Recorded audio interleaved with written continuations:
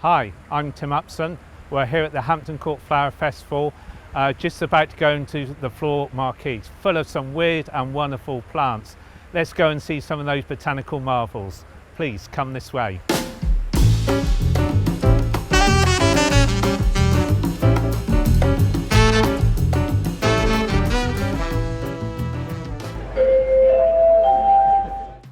When I first came into the marquee, it was a flash of pink that caught my eye, and it's this plant here.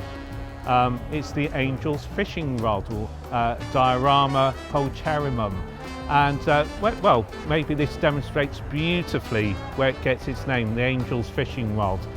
These long wispy stems and the flower spikes hanging downwards, just as a fishing rod would. So a wonderful display here, lots of greens from the restios punctuated by pinks of the angel's fishing rod, so really feel at home in South Africa here. Really excited to be by the Dibley's stand here, very well known for their streptocarpus, a wonderful houseplant and a relative of the African violets. But what really excited me are some of those other relatives of African violets in the family Gesneriaceae that they have here on the stand.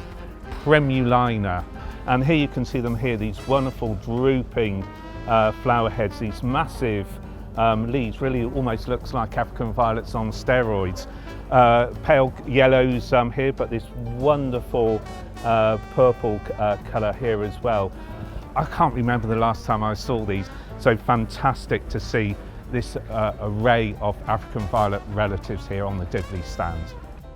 There is one special plant on the Hampshire carnivorous, the picture plants. It's Sarracenia minor here, all the hooded picture, as you can see from the structure of the picture there. Absolutely fantastic, beautiful specimen. They come from the bogs of southern North America, and they're carnivorous, so they capture insects in the tubes and digest them. Of course, you know, if you're talking about botanical marvels, you have to include the orchids, and they've evolved for very particular pollination. And these are pollinated by glossing bees, so a very large bee, which is sort of large enough and powerful enough to force itself into the flower. This species, Anguloa uniflora, has the common name of baby swaddling, and the idea is you can see the sexual parts of the flower on the inside there representing the baby, and then the tepals or the petal-like structures of the orchid sort of surrounding it as if bathing the baby inside.